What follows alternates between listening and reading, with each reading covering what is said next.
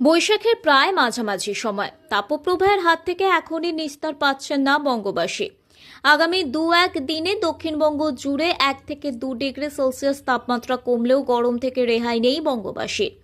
কলকাতায় তাপমাত্রা 40 ডিগ্রির কাছাকাছি, কিন্তু অনুভূত হচ্ছে 50 ডিগ্রির মতো। দক্ষিণবঙ্গে চলছে তাপপ্রবাহ। দক্ষিণবঙ্গের বেশিরভাগ জেলাতেই 40 ডিগ্রির ওপরে তাপমাত্রা। গরমে হাঁসফাঁস দশা শহরবাসীর।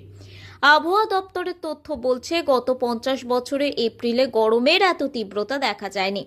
আগে বিকেলের দিকে স্বস্তি দিত কালবৈশাখী ঝড় বৃষ্টি, এখন তাও অমিল। হঠাৎ এমন আবহাওয়ার বদল কেন? এই গরম থেকে মুক্তির উপায়ই বা কি? আবহাওয়াবিদ বলছেন, বিবিধ কারণে বেড়ে গিয়েছে গড় উষ্ণতা।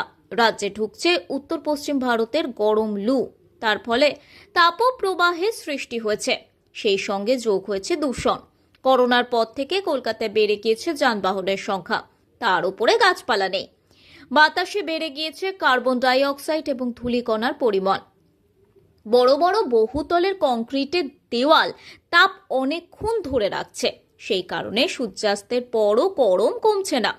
কলকাতা এবং তার আশেপাশের এলাকা জুড়ে তৈরি হয়েছে হিট আইল্যান্ড। কালবৈশাখী বা ঝড় বৃষ্টি নেই, এর জন্য মূলত দায়ী এই হিট আইল্যান্ড। এই হিট আইল্যান্ড কলকাতা এবং শহরাঞ্চলের বায়ুমণ্ডলে একটা আস্তরণ তৈরি করেছে, যার ফলে বঙ্গোপসাগর থেকে যে জলীয় বাষ্প ভরা বাতাস আসত, তা আর আসছে না। দূষণ ও কার্বন বৃদ্ধির কারণেই এই হিট আইল্যান্ড তৈরি হয়েছে। জলবায়ু বিশেষজ্ঞরা জানাচ্ছে, সমীক্ষা বলছে গত 10 বছরে 30% সবুজ কমেছে। নিউটাউনে বৃক্ষসুমারি হয়েছিল।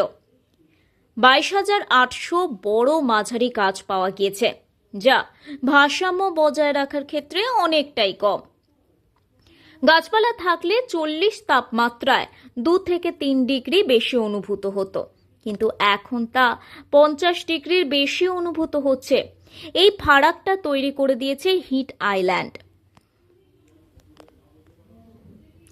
তবে এই হিট আইল্যান্ড থেকে মুক্তির উপায়? ছোট গাছ লাগিয়ে হবে না।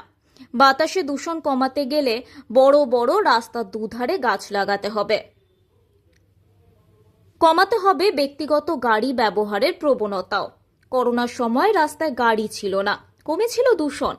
সেই সময় বিকেলে ঝড় বৃষ্টিও নিয়মিত হয়েছে। দূষণ না থাকার ফলে আকাশ এবং নদীকেও স্বচ্ছ দেখাচ্ছিল।